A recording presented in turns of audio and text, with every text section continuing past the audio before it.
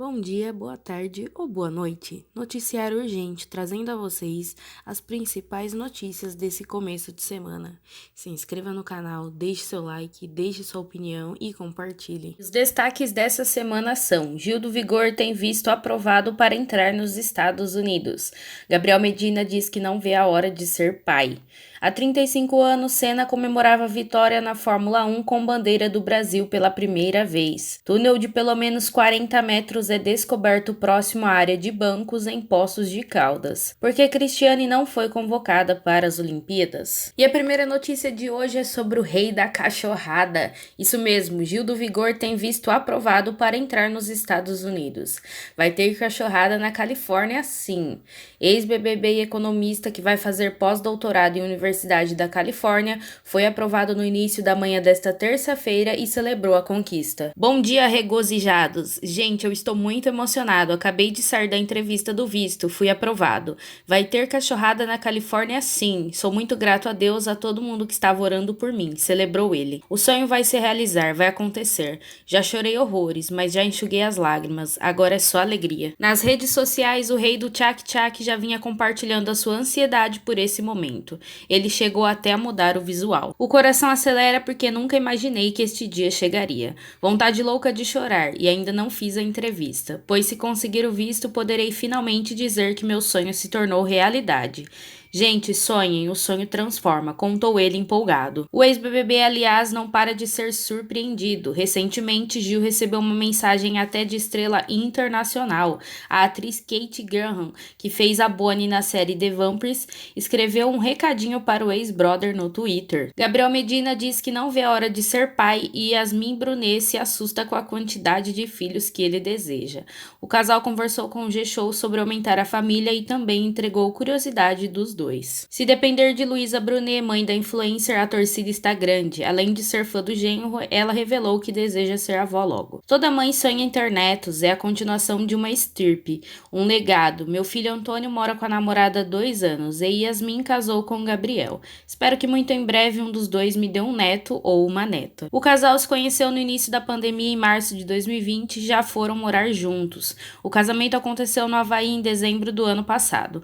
Parceiros, eles também entregaram algumas manias da vida a dois. Há 35 anos, Senna comemorava a vitória na Fórmula 1 com bandeira do Brasil pela primeira vez.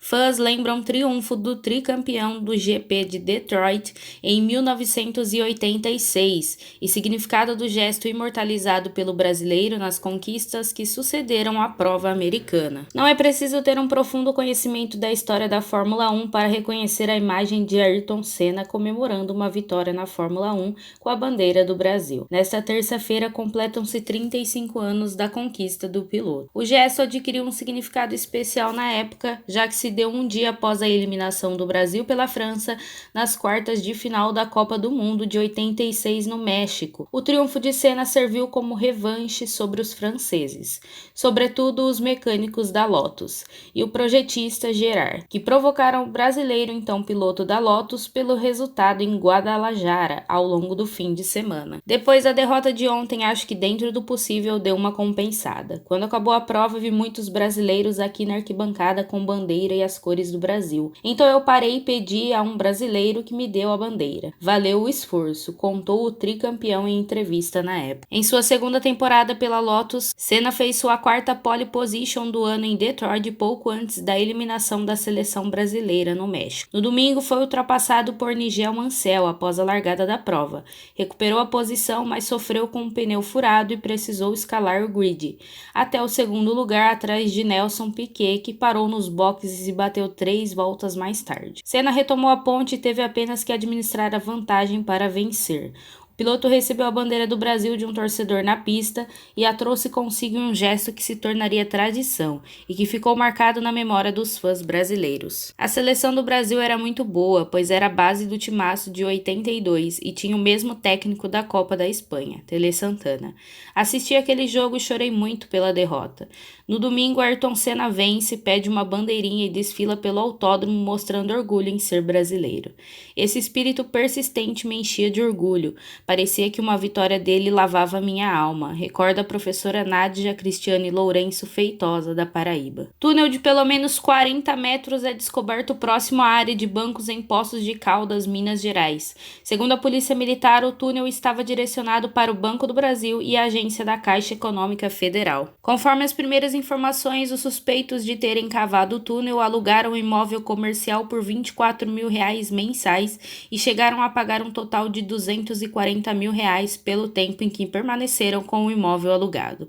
Foram encontradas 4 câmeras instaladas para monitorar o local. Também foi localizada a central das câmeras, que ainda estava ligada. Esse é o segundo túnel descoberto na cidade em menos de um mês. No dia 1º de junho, um túnel com 15 metros de comprimento foi descoberto embaixo de uma casa. O local foi encontrado pela Polícia Militar e por oficiais de justiça que estiveram no local após ação judicial por conta de o locatário não pagar o aluguel desde novembro de 2020. O motivo do túnel ter sido cavado ainda não tinha sido descoberto pela polícia e o caso estava sendo investigado. Ainda não há confirmação se a descoberta desse segundo túnel tem relação com o primeiro. Por que Cristiane não foi convocada para as Olimpíadas? Comentarista analisa. Para Ana Thaís Matos, lesões não formam o único critério para deixar camisa 11 fora da lista. As redes sociais e até Galvão Bueno pediram, mas Cristiane está fora dos Jogos Olímpicos de Tóquio. A técnica Pia convocou as jogadoras da seleção brasileira feminina na última sexta-feira e, como já havia dito, escolheu atletas que participaram dos últimos amistosos contra a Rússia e o Canadá. Durante a coletiva, a sueca disse que geralmente não comenta sobre jogadoras que não foram convocadas, mas abriu uma brecha para falar sobre a falta da atacante na lista. Ela jogou diversas partidas com a seleção, muitos torneios, e ela fez muita diferença naquela época. Anteriormente, ela ajudou muito a equipe e hoje eu acredito que existem outras jogadoras que vão ajudar a equipe a jogar um bom futebol. Temos examinado de perto o futebol que ela tem jogado no clube, afirmou. Essa será a primeira vez desde 2004 que o trio Marta, Formiga e Cristiane não vão estar juntas em campo nos jogos. Mas por que a maior artilheira do futebol olímpico ficou de fora da lista? A comentarista Ana Thaís Matos, da Globo, ajuda na análise. Com números, a ausência de Cristiane pode ser justificada. Cris esteve em 5 das 12 convocações que a treinadora fez desde que assumiu a seleção. Nos 8 jogos em que participou, a camisa 11 marcou apenas 2 gols. Ainda em 2019, em um amistoso contra o México, que terminou 4-0 para o Brasil. Então a técnica optou pela sequência e não pela experiência. Para a comentarista, a resposta é não. Então tem sim a questão da experiência. Inclusive isso foi falado pela própria Pia, que ela precisava de jogadoras experientes dentro da seleção para os Jogos Olímpicos, porque a Olimpíada é uma pressão muito grande para as mais novas, que não tem esse lastro de grandes competições com a camisa da seleção brasileira. Ana Thaís analisa a não convocação com base no trabalho anterior de Pia na seleção da Suécia e também no desenvolvimento do Brasil. Para ela, a treinadora também sempre optou por jogadoras fisicamente preparadas